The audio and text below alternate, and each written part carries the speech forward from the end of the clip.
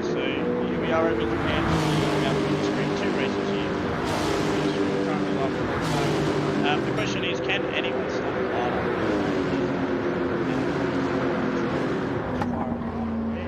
But yeah, solid. So that's right. But as always, I am joined here by my fellow commentator in Nick Patel. So welcome to this sunny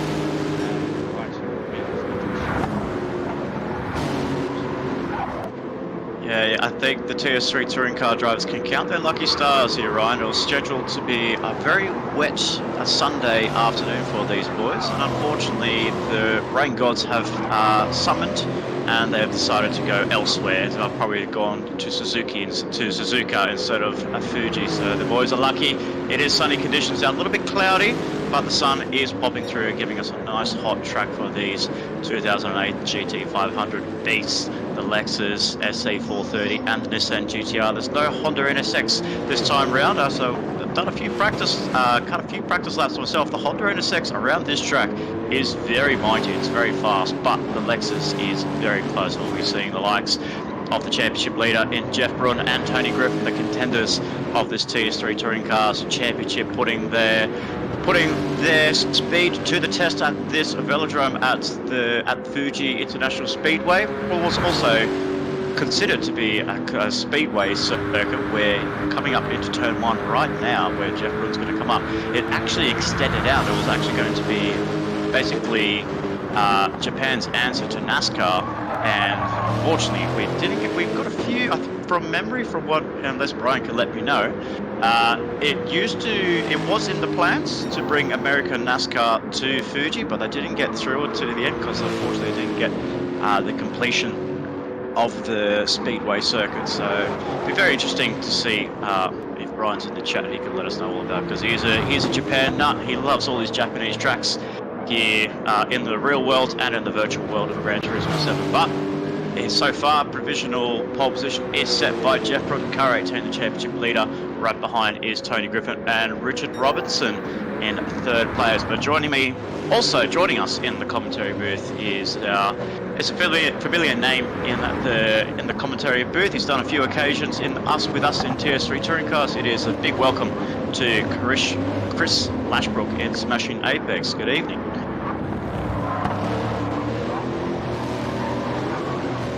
So he's obviously his connection hasn't come through yet, so we'll hopefully get to pick up Chris very soon. But we are going into about 4.5 minutes into the session. Very long lap here, Ryan. So we're sort of looking at times around about that 1 minute 32, low 1 minute 32s. Obviously, it's going to be a difference to see what these cars actually are like between the speed comparisons between the Nissan and the Lexus, as we can see these cars like really belting the rev limiter and just trying to get as much speed as they can. As we have Smith actually come up through to provisional pole position by only 5 thousandths of a second there. Very solid lap time by the Black LaRose Racing 29, and so far it is looking to be Lexus 1, 2, 3 with qualifying very close, in close quarters with each other. Yeah, it's definitely very close there.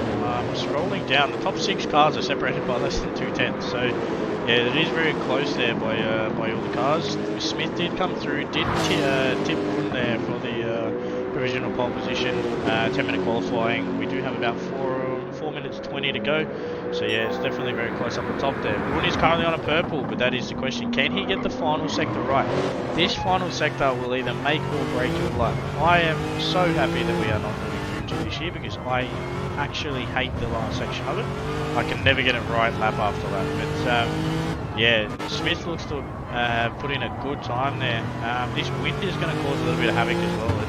It's a headwind all the way down the main straight, so if you can get in a slipstream, you're going to absolutely tear the car in front apart. You're going to sit in the slip there, you're going to be covered by the headwind, and you're going to pull in there and have such a pretty high speed difference compared to the car in front. We'll stay on board here for the moment. Jeff just misses out, so he doesn't go faster.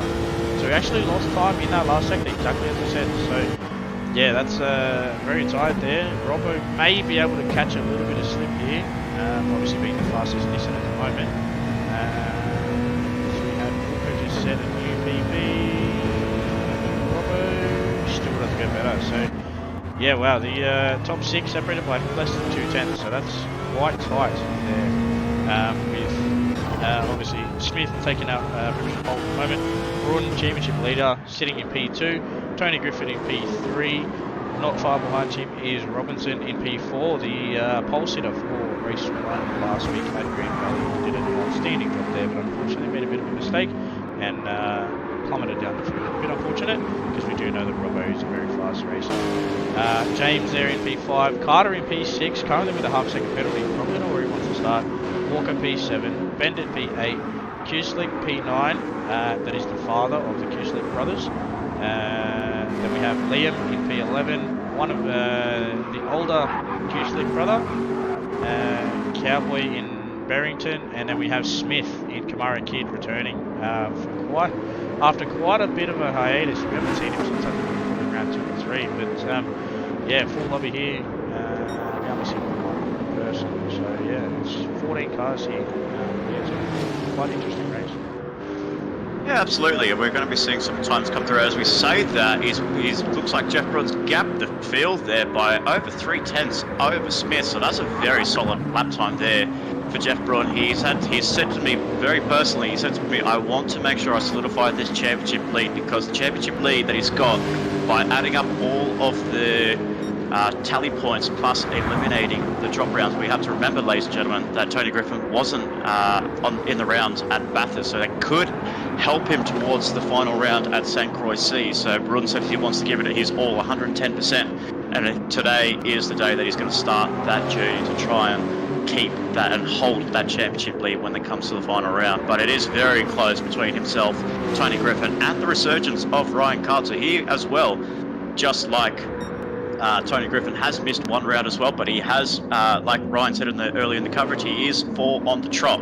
So it's really important for him to try and see if he can make a 5. But he's down to P6 there, and what I did see, he did pick up a half-second penalty there, Ryan, and the burn zone is in the most inconvenient place in around the whole track on the start of the pitch straight, where you need that speed. And once you go down for a half-second penalty, it is just, you kiss that lap goodbye, you set yourself up, and you try and go for one more lap. And he's going to be able to do that. He's got about 45 seconds before the next, before his final lap here around Fuji International Speedway. Yeah, that penalty burn zone is very inconvenient, just the same as like we saw at Trial Mountain. It's on the main straight where you really want to set yourself up for a good run, but as soon as you try and set yourself up for a good run, you can see it there on the screen with the 2 little yellow rectangles. Yeah, it's definitely quite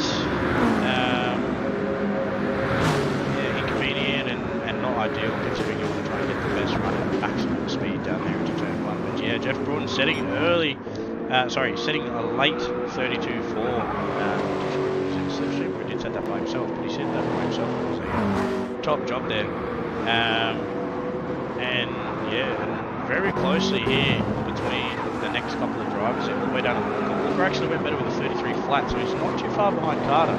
So take Braun out of the equation, and your top 7, top 6, next 6 cars are separated by 2 tenths of a second. So. Yeah, wow, that's pretty tight field for these guys. But they are on a little bit of a under investigation at the moment regarding the race start. So if we have a clean race start, they stay as a grid start. But if they have a bit of a handy start, they will go to a start. We'll keep an eye on that one. But Walker goes just purple, so he's definitely on the way to increase his lap there. But he is being held up by Smith, so he's going to be getting a lot of dirty air for this section, which is probably not where he wants to get it. Does make a move up the inside there. But it will compromise his entry and exit there, so he won't be able to capitalise on his lap. But I see in the background there, Carter's gone very wide through Panasonic, and that's his lap done and dusted. He'll be settling in for P6.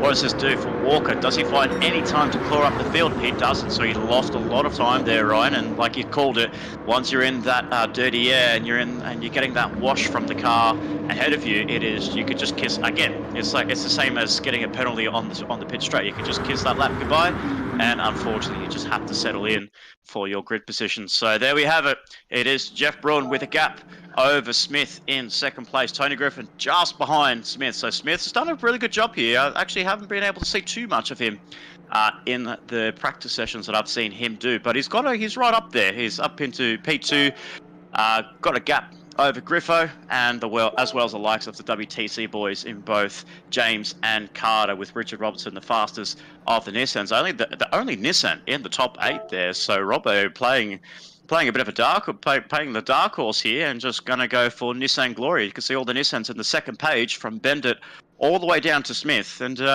looks like they might be a little bit compromised here. We do know the Lexus is a very strong car in a straight line and under brakes as well. So we'll see how this race ponders out, and we'll see what that wind direction happens as well. There might be a change in wind direction as the race goes on. Yeah, definitely.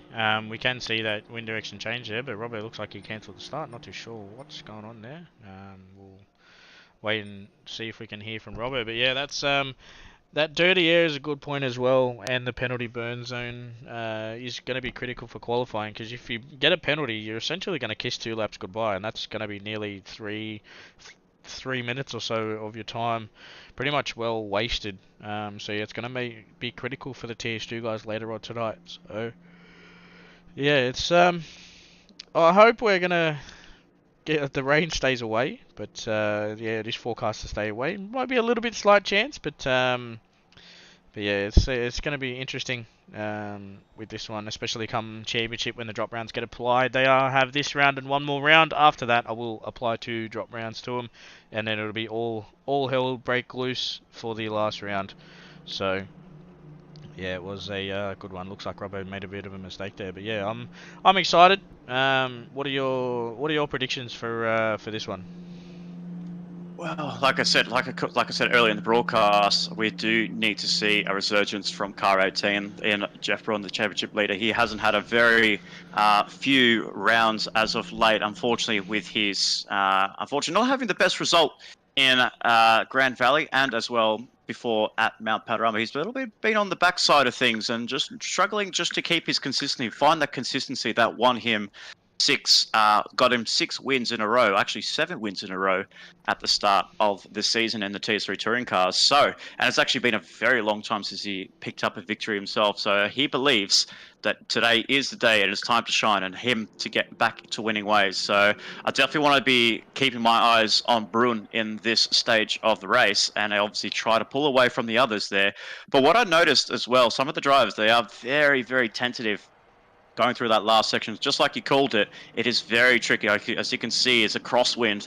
The tailwind that goes into the Dunlop chicane all the way through to Panasonic, you are dealing with a crosswind from right to left, from basically from northeast to southwest. Tricky conditions here, and you can definitely see a few drivers going a little bit more aggressive if the wind condition stays the same. Going into turn 1 especially, you can brake that little bit later than the car ahead of you, but obviously you don't want to be braking just that too late, because the wind might not help you in your favour. It has to be strong to be able to pull the car up, but also going to Dunlop, we could definitely see a bit of a few aggressive moves on the opening lap. Yeah, definitely. You know, we may see some deep dives into the first corner. Obviously, being a headwind, it will pull up if you do go deep, but there is a chance that you may run deep. But coming into, as you said there, on the run out of 300R into Dunlop, you run deep there with a tailwind behind you, plus a slipstream. You're off with the fairies over in the over on the outside. So yeah, just it's going to be interesting for these TS3 guys. Yeah, so I think they'll be in for a little bit of a rude shock if that wind changes direction, especially if it changes to a tailwind down the main straight, and through that whole last section you'll be getting it to a different side, and you know, all that off camber turns and stuff like that, and yeah, they'll be doing an extra probably 8 to 10 kilometers down the straight. So yeah, it's going to be interesting. You know yourself, the wind on this game has a tendency to turn, as we saw in Grand Valley. That was not ideal. It turned probably, I think, what was it, nearly 5 times through the period of the race. So definitely something to keep your eye on. Mix that in with dirty air, you can kiss yourself goodbye if you make one little tiny mistake. Plus, Not only that, where Bendit's going through now, that green stuff on the left there, that AstroTurf, if you put a wheel on that, you can also kiss your race goodbye. Yeah, so I think that's where we're going to be seeing a bit of aggression coming into that first lap there. Drivers pushing drives a little bit wide onto that green AstroTurf. Obviously, if a driver goes out onto the green Astro, you need to be very cautious getting back onto the track. It's actually safer just to just keep driving straight and just go onto the grass, then make your way back onto the track. But we'll find out very shortly as we have a bit of a mixed grid here. Looks like the grid hasn't actually been set. Got ourselves in the wrong positions, unfortunately. So I'll just call out. I'll just let these guys know that it is the wrong grid order. I think we have a few drivers as well saying as well. There's a bit of a mistake there. Oh, he had it as fastest first, so that's where it went wrong.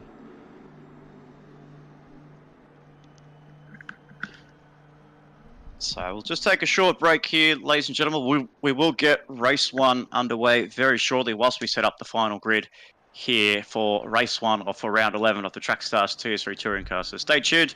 We'll get the grid sorted out very shortly and we'll bring you the live coverage of race 1 very soon.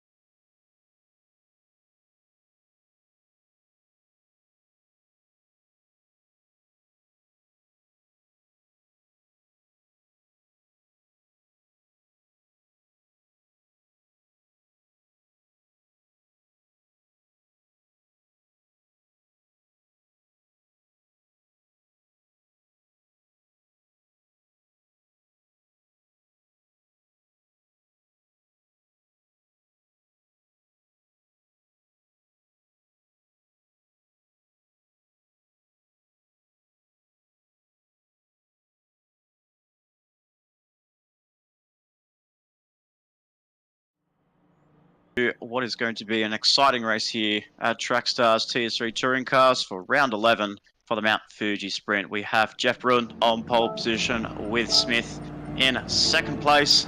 It's all about getting that jump off the line here between the two Lexus drivers. The first of the Nissans is Richard Robertson in fourth place. So let's see who we can get up into that first corner. It's all about getting that first corner right and then pull yourself away. Broaden versus Blue with Tony Griffin right behind. 5 lights are on. And it's lights out, green flag racing. A nice solid even jump between the front two drivers here. The second phase launch has worked very nicely for Jeff Brun as we watch these cars coming down through to turn one for the first time. Bit of contact made by a couple of drivers. Getting escorted wide is one of the Nissan drivers, I believe, was in Bendit. So Bendit has gone well down the order. Really big spin by one of the drivers here. We're not so sure who that could be. It looks like Kuzelik looks like he's just broken a little bit too deep there.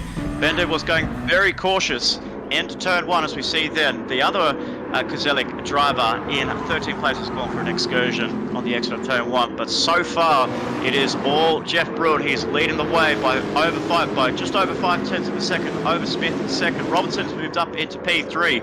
Griffin, James, and Carter, the WTC boys, 4th, 5th, and 6th, with Hasseldine in 7th. Walker rounding up the top 8. So very clean start from the front runners, Ryan, but the back end, not so much. Yeah, not too much there. Looks like Kuzelik probably just had a bit of lapse of concentration there. May have gone a little bit deep there and absolutely went full send into the back of Bendit. Unfortunate, but that's racing. That can be one for the stewards. That can be submitted post-race. But yeah, solid start there from Broaden, and he's put an early lead there, nearly 1 second on Smith there within the first lap there of this 11-lap race here at Fuji. Smith into still P2. He had a good second phaser on his race start. As you said there, Robinson jumped up into P3. So this is positive reinforcement here for Robbo. You know, we haven't seen him have the best couple of races in the last probably 12 to 18 months. Yeah, that was a but there's one thing that Robbo loves. It is touring cars and Fuji. You put the two together, and he absolutely loves this combination. So he's running very well up into P3, gapping Tony Griffin in 4th place. So both Griffin, Carter, and we can see that James has gone plummeting down the order there. He's down to P7. Looks like he may have cut a couple of corners there. There he is. He's got a whole gaggle of cars right behind him with Kuzelik. Liam has come through as well. He's up into P9. He's trying to claw his way through from starting outside the top 10 in 11th place there. Around the outside of Kuzelik he goes. Doesn't pull that through, unfortunately. But the tailwind going into a Dunlop corner here can catch some drivers out.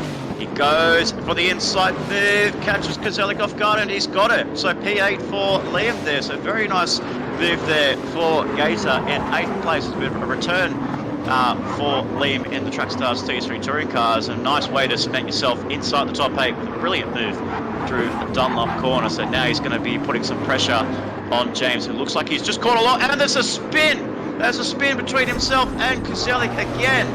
So that's 2 incidents in the span of 2 laps, unfortunately, with Kuzelik in car 19. I just misread that, Ryan, and unfortunately, just sent Liam the wrong way around and just didn't read the situation, unfortunately. Yeah, it's very easy to do here in the last sector. You know, we did see it with myself and I think it was Ward in the Formula Series. You know, I went for a real wide entry there to cut back, and he went for the real shallow one. Ended up tagging me and spun me around. So, you know, there's a couple of lines you can take through those last couple of corners, but you really need to bring the car in front for that to predict it. Otherwise, that can happen there. But probably not the race that Kuzelik wants there. Obviously, with that turn 1 incident, and then now that one with there with Liam. But yeah, it's definitely a couple of different lines you can take through there. It's pretty hard to follow cars, but when you're following a car very close, you really need to just stay with the car. You don't want to kind of do any deep dives there if you know you're not going to get the move done there. But Smith looks like on a little bit of a charge here, back up in front. I will apologise here. Carter's just gone off towards the first half of the sector there. He's down in 11th place there, so something must have happened through that long sweeping corner, which is 100R. Oh no, he's actually done it afterwards, so he's gone straight ahead into the banking area on the exit of the track. So unfortunately for Carter, his chances of trying to go for 5 on the track is a little bit dashed here on his end, unfortunately. So outside the top 10, but this is the battle pack that we are keeping a close eye on between Jeff Brun and Steve Smith. They're both trading fastest lap there. We have Brun setting a 1 minute 32.8, and then Blue straight away right behind with a 1 minute 32.79. So these guys are very, very close to each other, matching each other in the first 4 laps of 11 laps here for race 1. And Robinson is not far behind. He's watching these guys, 2.1 behind the leader in Jeff Brun, but they're both, all 3 of them are gapping Tony Griffin in 4th place there. Roberts just caught the corner there. I just saw him just clip the bollard there. Once he clipped that bollard, it is a half-second penalty next to your name, and as it comes to his name, it is a half-second above his head, which might help Tony Griffin close a little bit coming onto the pit straight, but we'll see. Haseldine doing a very solid job here in P5. James rounding up in 6th place after dropping down the order a few times in the last lap. So as all things stand, it is Jeff Brun and Blue. They're both battling each other hard, but they might be able to clear themselves ahead of Robinson, who is in 3rd place with that half-second penalty next to his name. Yeah, definitely. That was a bit of an interesting one there, and it was a good battle pack there between Smith and Brun. But I'm just going to jump over to the comments here. Welcome Brando. We haven't seen Brando in the around the series for a while. He has been doing his own thing, but yeah, no, he's on here supporting Robbo in his fellow team boss when he used to did race for RSR over at Robo Sport. So yeah, there's definitely a good to see Brando back, and Blue here. He has dropped off the back there of Brun, but Griffin has closed the gap there to Robinson due to that penalty. So close that to just under 7/10. So this will be interesting as Robbo goes a little bit wide there, misses the apex slightly, and Griffin pulls a little bit more time back. But yeah, wow. I'm curious to see. This is probably the best position that Brun wants to be in at the moment. So I think he just really needs to keep his head down, and keep going with it, because the next person in the championship is down here in fourth place in Tony Griffin. So you know, he does have a little bit of a buffer there to Griffin at the moment, but yeah, he needs all the points that he can get, and at the moment he's in the best position possible to get that 150 points for the first race. So yeah, it's going to be interesting on how the next 7 laps turn out, or 6.5, and yeah, we'll go from there. But James is all over the back here of Haseldine. Haseldine's been pretty good. He's kind of flown under the radar a little bit over the last couple of rounds. Well, I think he got involved in that bit of an incident there at Green Valley, but yeah, other than that, from where he started to where he is now, I'm very impressed with him. Same as the WTC boys. Or James just touches the back of Haseldine's car there. Just probably underestimated the brakes a little bit. You can see the difference in lines there. So Haseldine's taken a really tight line where James is going out wide and hanging out wide. You can really see the comparison.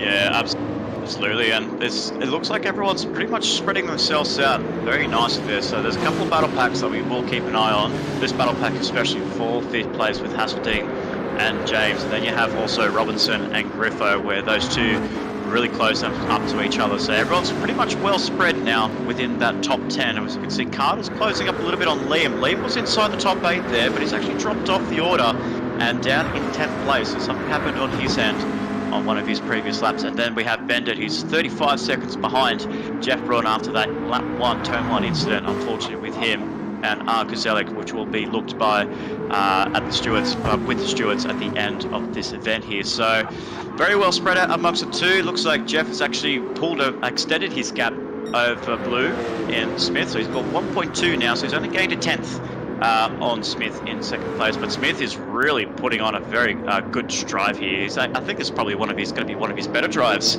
here in the TS3 touring cars, actually taking it to the leader of this race, and you know, giving Jeff, saying to him, you know, you're the championship leader. I might not be in this contention for the championship anymore, but I'm just here for a bit of fun. You know, we're here at Fuji. There's picturesque Mount Fuji in the background there, and the drivers get a bit of a sight there, get to gaze at its glory, and then unfortunately, then they have to go onto the pit straight to start and complete their laps there. But yeah, Smith is doing a very good job in second place. Robertson looks like he's just holding off Griffo very nicely there in fourth place. He's not making any mistakes. Robertson is doing having a much better outing compared to what he had at Grand Valley, unfortunately, as was picked up by Ryan, getting pole position by over a tenth over the next driver in second place, and then unfortunately losing it within the first sector. Robertson dropped him all the way down to 12th place. So a much better redemption drive here for Robert if he can keep P3, but he was well in contention for the battle for the lead, Ryan. Yeah, definitely. We saw him there under quite a lot of pressure from P2 on the run down through the first sector into that little first section of chicane with the left rights, and I think he just ran a little bit deep from what I can remember. So yeah, definitely not what he wanted. I did see some messages come through the admin chat saying, you know, he made a mistake and went under brakes deep, but yeah, seeing up in third place, definitely some positive reinforcement for Robbo himself, but not only that, just us here at admin as well. You know, we haven't seen Robbo have the best races over the last probably, as I said earlier, probably about 8 or 9 months. Obviously we're only back to F3 as well, so you know, he felt a little bit off the pace in TS2, so he thought he'd go give F3 and TS3 run, but it seems like he's quite solid. So good to see him having a good run, but this battle here looks like James has got past Hasseldine, and now Walker has bounced onto the back of this 2-car back in front of him. So this is going to be interesting here. You can see that really tight line there from Walker.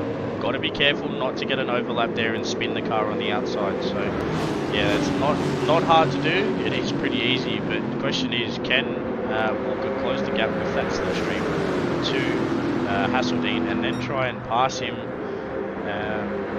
on the run into turn 1? But in saying that, I'll just bounce back here to, looks like Carter is passing Q's Barrington there for P9, so looks like he got a good run through that last sector and inside there on the run into turn 1. But the question is, can Barrington get a bit of a switch back? Oh, a bit of contact between Carter and Barrington. Looks like Carter just pulled in front of Barrington as he actually made the move there, just misread where he was going to brake there, and that's a very tough one there. Carter just pulls back onto the racing line. You get that aero, you basically get no aero at all once the cars are braking. When you make a move like that, all the aero disappears, and unfortunately just for him, he just pile-drived, unfortunately just pile-drived Carter and down to 11 places ahead of him, but that is definitely a questionable decision making if the stewards have to review that, because to me, from what I saw, I think it was nothing that Barrington could do. He was right behind Carter when the braking occurred. Yep. And unfortunately, once they got to the braking zone, Barrington had basically no response at all to get on the brakes, because he obviously had no idea what Carter was doing. So we'll see later on if that's deemed as an investigation by the stewards, but we'll get back towards the front here. Just looking at Jeff's lap times, it is absolutely incredible, the consistency that he's putting through from lap 2 to lap 8. His fastest lap time is a 1 minute 32.4. He just recently set another 32.4, but then you look throughout the whole of his laps: 33 flat, 32.9, 32.8, 32.8, 33.2. So his consistency, and this is what you get in clear air, ladies and gentlemen. Once you get yourself into clear air, the consistency that you can bring to yourself as a driver, the confidence that you can have on this track, is absolutely incredible. And for Jeff, he's doing a fantastic job stretching that gap ever so slightly on Smith in second place, and he's doing it in good form here. With when you look down at Smith's lap times, he's no slouch as well. He's got himself into a couple of 32s, low 33. So he's right there. But it's just Jeff has just got that little bit extra in this latter half of the race, which is absolutely incredible to see from the championship leader.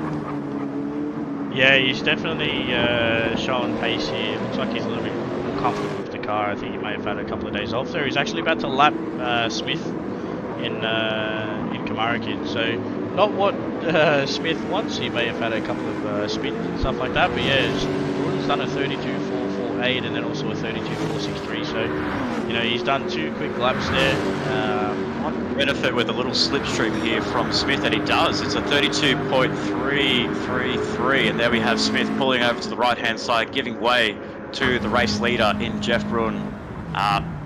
Really getting himself very nicely done there. God, almost miscalculated that, did Smith, unfortunately. So he must have I think he must have like a long brake pedal or something, because he's been really struggling. As I look down to his lap times, it's only 1 minute 42s, 1 minute 50s, 1 minute 38s. He's just not really finding that consistency. You can look through his braking.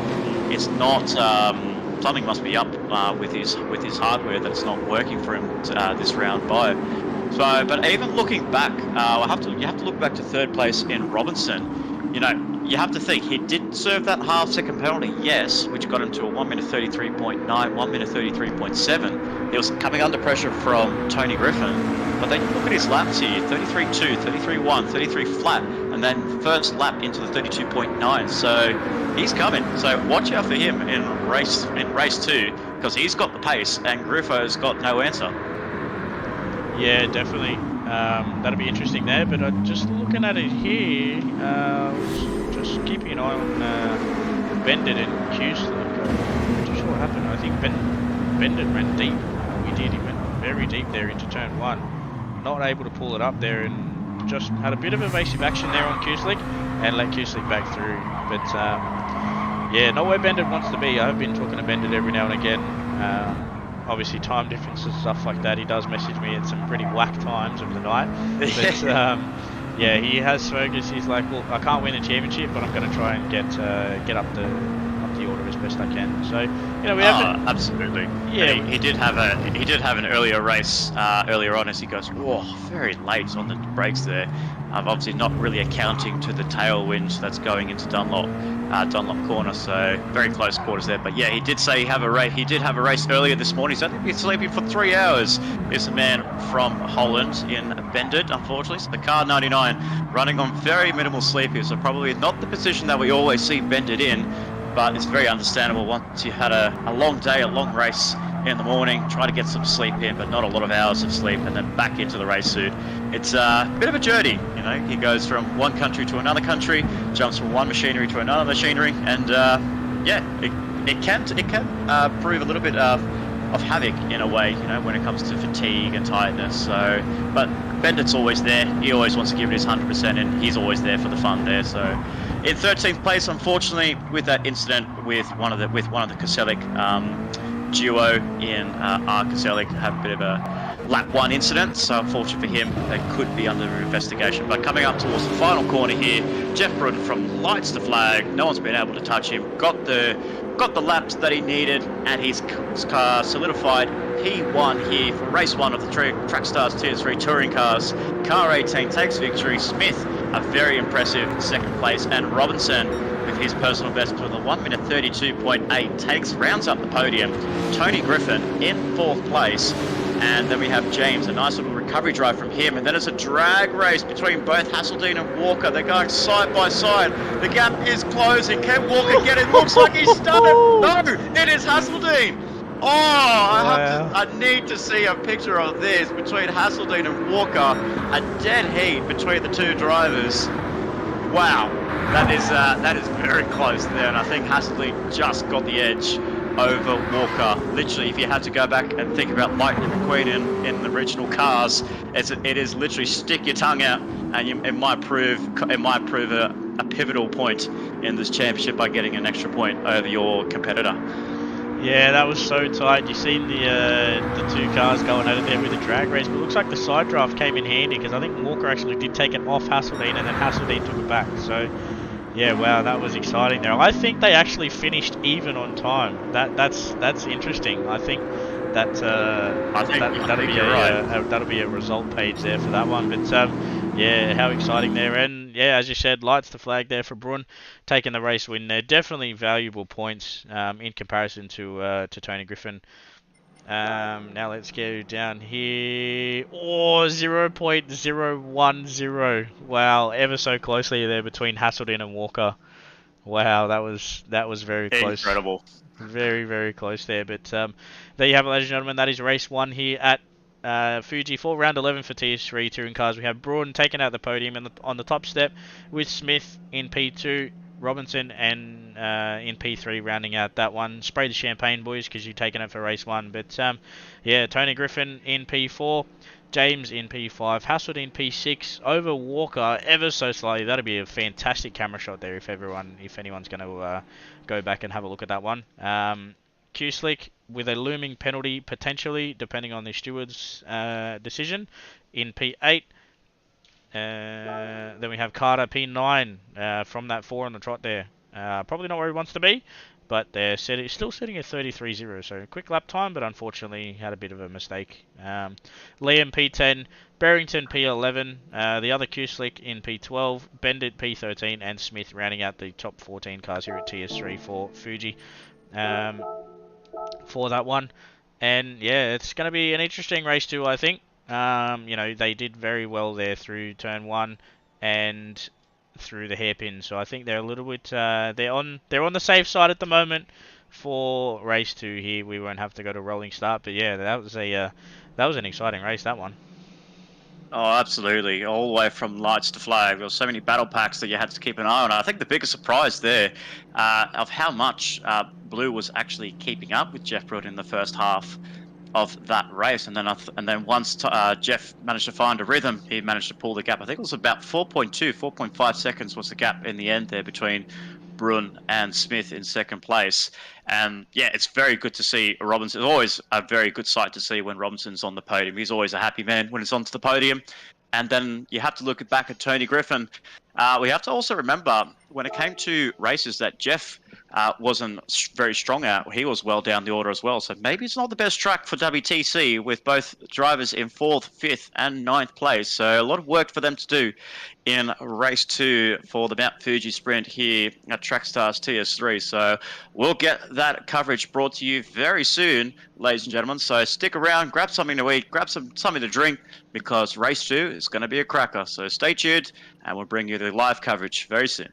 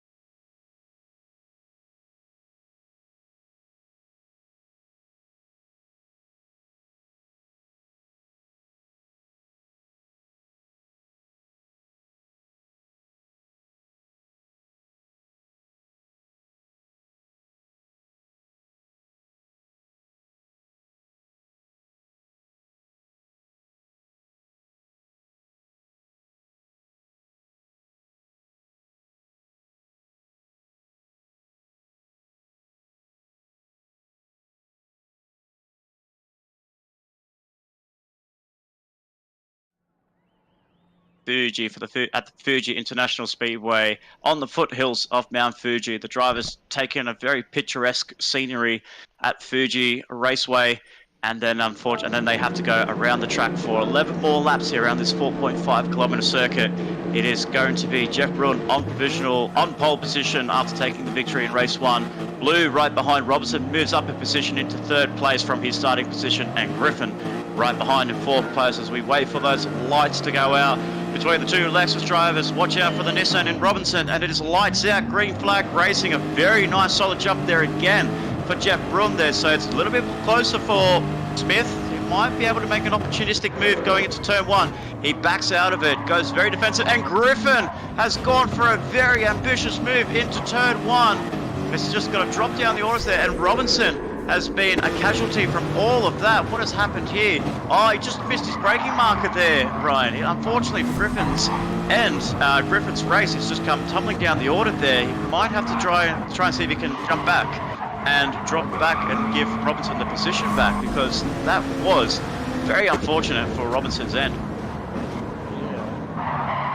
Oh, 3 cars actually, not just Griffin. Both Hasseldine and James were all caught up in all that. Wow, that was a not exciting turn 1 there. They did very well for the first race, and they proved us wrong now for race 2. So, yeah, wow, that was a big one there. We do have, I think that's Renegade in the chat. If it is, mate, hello.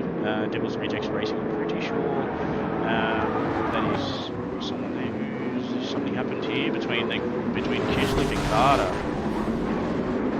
Oh, what happened beforehand?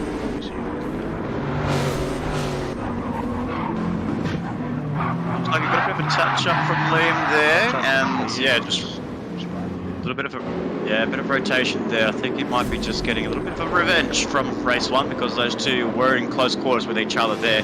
Carter drops down to 12th place. He gets pretty much the worst start for Ryan Carter, who took 4 victories in a row coming into this round, and yeah, unfortunately he's down to 12th place. Not working wonders for the man in car 23, but it's working absolute wonders for Jeff Bruin. He's still he leads the way on lap 2 of 11. We have Smith in 2nd place. James has come his way through the order into 3rd place. Liam as well, he's come up through to 4th place. Bendit, after unfortunately being pushed off the track on lap 1 of race 1, is up into the top 5. So straight away, Bendit's doing a really good job. A nice recovery drive from the Flying Dutchman. And then you look at the gaggle of cars right behind them. Tony Griffin's in there. Robinson as well is in that battle pack, and he would be a man fuming underneath the race helmet. Robinson's always a cool character, but when it comes to a moment like that, he will throw out the elbows if he needs to, because he wants to try and get through. Bendit goes very deep. That actually opens up the opportunity for Griffin to go 2 for 1 there. He said, I'll take that, thank you very much. He goes from 6th to 4th in 1 corner. Robinson files through, and Bender's days goes from bad to worse in sector 3 on lap 2, drops down to P7th, starts to almost put a move there on Robinson, doesn't pull through unfortunately. Liam's gone defensive going through Panasonic.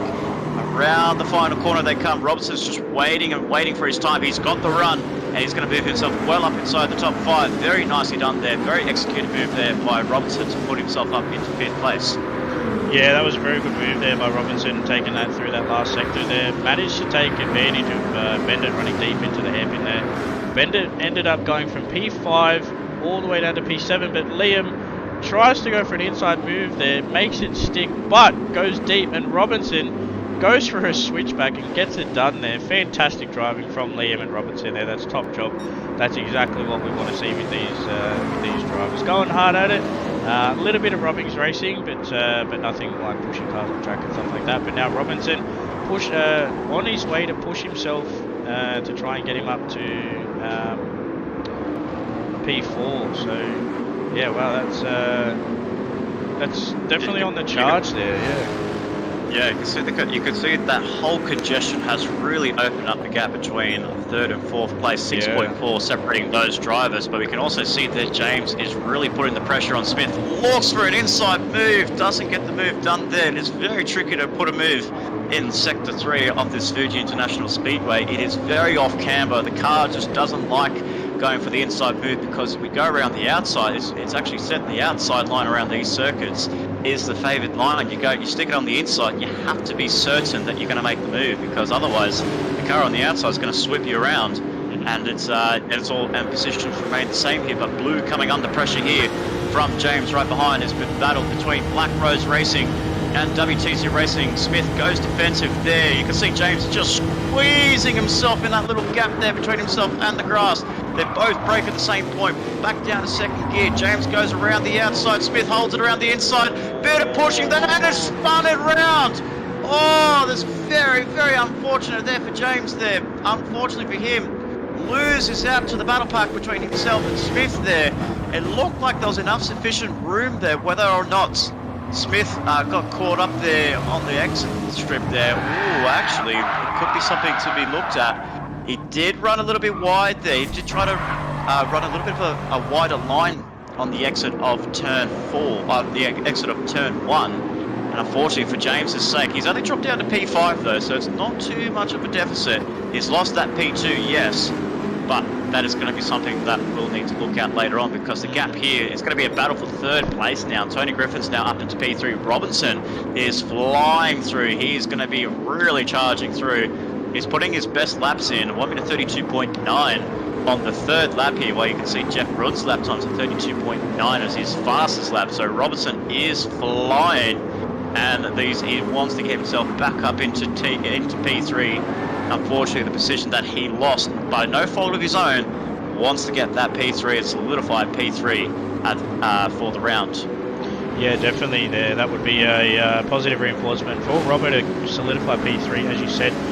He's on the charge at the moment for Griffin, who did make a big dive there on lap 1 on the way down into turn 1. But James, unfortunately, did get pushed out there onto the green AstroTurf. But Bendit making a move here up the inside of Liam. Can he do a bit of a switchback here? Ooh, Bendit goes real hesitant there. Makes Liam run out. Oh, he gets on the AstroTurf and actually loses 2 positions there. Wow, that was under no fault of his own. That's not hard to do, but once you get on that AstroTurf, you pretty much have to just be off everything and very minimal steering input and just let the car roll back onto the circuit, because you know as well as I do, if you try and do anything while you're on that, the car's just going to kiss you goodbye and tell you see you later. So yeah, wow, it's going to be a bit of an interesting one. But Griffin setting the fastest lap with a 32.6 there, but Robinson not letting him back. He's just over a second. So yeah, wow, this may get exciting come probably lap 8 or 9 here before we may even get to that lap. Robert maybe on the back of Griffin there as he pulls nearly 4 tenths in a period of 4 corners. Wow, that's huge. Going a little bit aggressive in Sector 3 here. I feel like the Nissan has a little bit more of that aero package helping them through Sector 3 there, but as I say that, he did get cop a little bit of aero wash there, and that's the worst thing that you can happen in this corner. Oh, Griffin's actually cut the last corner there. I have done this a couple of times, and you do bridge it a half second, and there it is. I was just about to mention it. You cut the final corner at Panasonic. It is easy to do, ladies and gentlemen, because you want to try and run that wide line. And unfortunately for Griffin, he just had too much turn in. And unfortunately for him, there's a half-second penalty next to his name. Tried to correct it as well, Ryan, but unfortunately it was just too late for Griffin to back out of it, as we had an engine failure from Kozelik in Fluffy Duck, unfortunately retiring from this race. So we're only down to 12 runners, also with the DNS from Smith from FR Racing, and the Nissan GTR had a DNS next to his name. Griffin, yeah, that's very unfortunate for him to be getting that half-second penalty, but it is the same thing happened with Robinson in the last race. He picked up a half-second penalty. Griffin was very close to him, but couldn't capitalise on it, so potentially it is Robert's chance to capitalise on Griffin's mistake. Yeah, definitely. Robinson just needs to really stay in just on the back there to try and take advantage of that, but Griffin has to be careful that James doesn't come through as well. He's going to be very close to James, I think, when that penalty's burned and he gets back up to speed. So yeah, it's going to be very close, but Robinson's put out 2.6 seconds to James, so Robbo is not playing around. He's ready to take back that P3, and he's not fighting Griffin. He doesn't need to. He's got the penalty there. He has no reason to fight and ruin his own race. But Griffin just pulls off to the right hand side of the circuit. That's very good there to burn the penalty. Robbo will go to the left, and he takes that position back there. Very good driving by these guys up the front. So yeah, that was unfortunate there from Griffin, but that's the reason why we have shortcut penalties, ladies and gents, because we don't want any advantages happening. Sorry, with shortcutting anything. But battle here with Walker and Bendit on the run into turn 1. Looks like Bendit. Walker go deep there. It looks like it went a bit deep. They're going side by side as they come through towards Coca-Cola corner. Looks like Walker's got the advantage here. Bendit pulls back and he does the right thing. Tucks right back underneath the rear wing of Walker. Unfortunately, drops down to P7. Looked like he tried to go. Looked like Walker went a bit deep there. He did. He just tried to pull it up. You could just see him full locks. Like, that's definitely a heavy braking moment for car 17 in the hands of Walker. But yeah, going back to your point there, with Robinson just really getting himself back up towards the pecking order there. So he actually set his fastest lap there with 1 minute 32.9, actually taking a bit of a cheeky slipstream away from Tony Griffin. But the fastest man so far on track is the man that's leading this race on lap 7, about to complete lap 7 of 11. It is Jeff Bruin, 1 minute 32.5. Man, if you could have it, if you could ever have such a clean race, Jeff's having it again. And just like he did in the first 3 rounds, right, he's back at it again. But only with about 4 laps to go. Hopefully we don't put any commentator's curse next to his name. They're 3.6 over Smith in second place. Yeah, fingers crossed there. We haven't seen Bruin take a clean sweep of the round, I think, since round 5, around that point. So, you know, Jeff's been pretty well down the order. Round 3.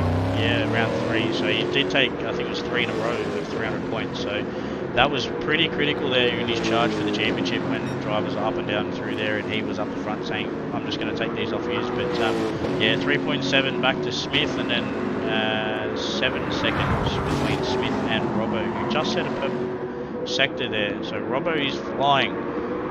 He's not mucking around. I think, you know, I'd be happy if Robbo could get a P3 here. But obviously that incident there with Smith and James on the exit of turn 1 there, that will be looming over his head. So we'll just leave that one up to Stuart. But we'll wait and see what happens there. But for the moment, Griffin's not letting Robbo go. But the question is, can he stay behind Robbo through this section? Or runs deep there. Contact made. Yeah, a little bit of contact there between Griffin and Robbo. Not enough to put Robbo off or make him spin or anything like that, so that was good. But yeah, Carter's coming back through here. Oh, in saying that, just tags Liam there. It's unfortunate for Liam. He just goes from bad to worse for his racing. It's just unfortunately the pinata here around Japan, just in the first race and now in the second race. He's not having the best return. He was running up very nicely in P3, P4, and as we say that, just gets a bit of snap oversteer going through sector 3, and just unfortunately his return to TS3 touring cars hasn't gone the plan that he wanted in P11, with Barrington rounding up the 12 drivers, with S. Kozelik being the only retirement and Smith being the DNS here in race 2. But we have some nice battle packs here. Very unfortunate for Hasseldean here. He was caught up in that turn 1 lap 1 incident. I think he was one of the drivers that went a bit deep along with some of the WTC racing drivers. So unfortunate for him, getting caught up in that race 2 lap 1 incident, turn 1 incident, has not worked out for Mark Hasseldean in 9th place. Carter's just trying to get himself back up towards the top 8, but that move could be very questionable if it's been deemed an incident between the 2 drivers. Bendit rounding up in 7th, 6th place for Walker.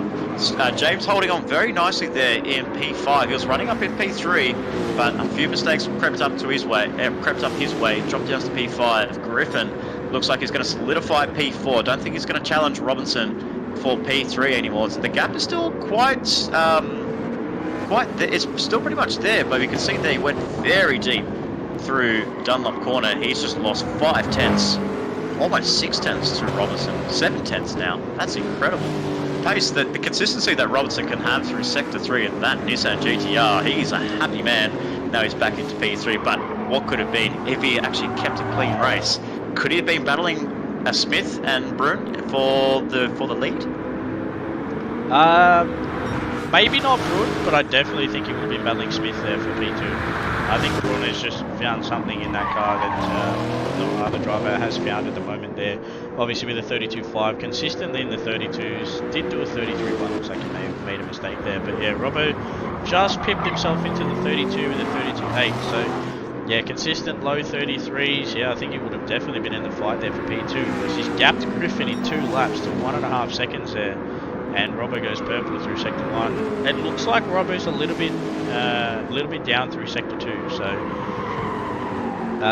he's strong through 1 and 3, but yeah, a little bit down in 2. But yeah, he's doing a very solid job there. I'm quite happy to see Robbo up the order here. Definitely splitting the WTC versus MSR stables there. So that's always been a bit of a challenge into teams between obviously the main series teams as well. You guys are in a battle for the championship with WTC. So yeah, it's going to be interesting there. But bend it up into P7 too from a unfortunate starting down the pack there due to the incident in race 1 at turn 1 on lap 1. And then we have Hasseldine here, as you said, caught up in that unfortunate incident as well. Probably the biggest loser out of that one. I think Brian did notice Carter made his own mistake. I don't know. We did miss that on lap 1. So yeah, it was a bit unfortunate. Liam obviously getting spun by Kuselic, I think it was, or Hasseldine, I can't remember, and then Barrington down here in P12 there. That's a little bit wide there, my friends. That's not the racing line, but each to their own, I guess. But yeah, Brun's on his final lap here. Set the fastest lap as well with 32.4, so he's on fire with a 5.1 second gap there to Smith in P2. So yeah, wow. You can see that with the gap that he's put there, he's put 1.2 over Smith in second place. That's incredible, the consistency that Jeff Brun is pulling through here at Fuji International Speedway for the last time here for round 11 of the Trackstars TS3 Touring Cars. Jeff Brun and the 18 Lexus SC430, the 2008 model GT500, making its welcome return here at Fuji International Speedway. It's been home to many spectacular races at in the real world GT500 Championship for the Super GT classes of 500s and 300s. But Jeff Brun negotiating Sector 3 for the last time. He's done it before. It's a very familiar territory for Jeff Brun, but it's been a bit of a hiatus away from getting clean sweeps here. But as he rounds Panasonic for the last time, keeps it clean around the exit here, and it's going to be a clean sweep victory here for Jeff Brun as he weaves the car and victory celebrations for car 18. Takes a clean sweep. The lights are flashing. Getting my words mixed up there. The lights are flashing for Jeff Brun, getting that massive 300 points there for Jeff Brun. Then Steve Smith runs up in second place. A very solid drive there for him. A very strong weekend for Smith. Robinson, again, another strong performance for him. Could have been in the battle for P2, unfortunately, mistakes caught up on lap 1 by no fault of his own, and rounds up in P3. Tony Griffin in 4th as we wait for all the drivers to come through. Very solid drive there for Jeff Brun. Pretty much getting another clean sweep next to his name. That's his 4th clean sweep victory in TS3 Touring Cars. Yeah, that's a solid drive there from Brun, and I definitely think he needed that for his confidence to get back into the way Trackstars TS3 on the back end of the calendar as well. If he wasn't, then there would have been kind of prediction that someone may try and squeeze the championship off him. But yeah, that's definite solidity there with obviously Tony Griffin coming down the order in P4. So yeah, wow, that was an interesting one there. But yeah, as always, Robbo in the lead GDR there, but Bendit next GDR in the line at in P7. So yeah, absolutely there. So Brun wraps up round 11 with a clean sweep. So get the brooms out. He's got another broom to add to his collection in his closet in Queensland, in his lovely home in Queensland. So he gets the broom stick ready, and he adds that to the trophy cabinet in the Trackstars TS3 Touring Cars, extending his championship lead over Tony Griffin and Richard Robinson in 3rd and 4th place there. So valuable points going to Brun's way, and a clean sweep can definitely help his championship quest. With only 2 rounds to go here, Ryan, the TS3 Touring Cars take a break as we get ourselves ready for Trackstar's TS2 touring cars. The next time we'll see these boys will be for round 12 for the Tokyo Express Sprint. It's going to be absolutely amazing for the Tokyo Sprint street racing and night racing for these boys. And it's going to be very fun. It's going to be the barriers are calling drivers' names there, and we could see a few drivers getting caught up amongst the barriers. But before we wrap up the stream here, ladies and gentlemen, let us know in the comments who you think your driver of the day is, and I'll throw it over to my commentator in Mr. Ryan Palmer. Who do you think is worthy of driver of the day here at Trackstars? I'm going to give it to Robbo. You know, he did a solid qualifying, solidified P3 in race 1, got involved, dropped down the order in race 2, and absolutely got to work and thought, boys, this is mine. I'm going to try and get back to P3. You know, he did it, got back there, and then, yeah, took that P3 there off James and thought, nah, I'm taking this, and he took it and run like a kid in a candy store. So, yeah, Robinson definitely gets my my driver of the day there for that one.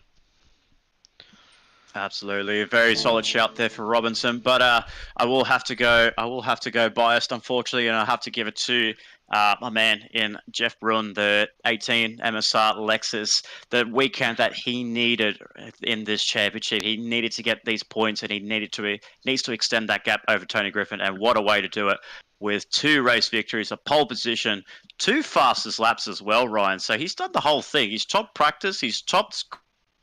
Got pole position, got the 2 race victories and 2 pole positions. That's what you call the perfect weekend for any driver in both real world and in the sim world. So big congratulations to him, and he's my driver of the day. Yeah, it's a good shout there, and I think there's a bit of gamesmanship going on there between the MSR cam, if I do say so myself. But it's all good, no dramas. But yeah, no, that was a good showing there from TS3. So yeah, that is it. That is all she wrote, ladies and gentlemen. Here for round 11 at Trackstars for TS3.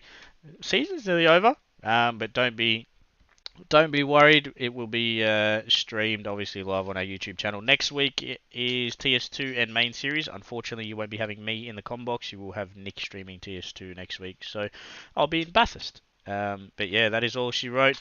Thanks again for joining in. Share it to your family, friends, and anyone else who does like sim racing or just racing in general. From Nick Patasso in N-Spud P666 and myself in Ryan Palmer and Disappointed, or as Nick used to say, DJSX Pointed. That is all she wrote for round 11 here at Trackstars TS3. So thank you all for joining, and we shall catch you in just under an hour's time for Trackstars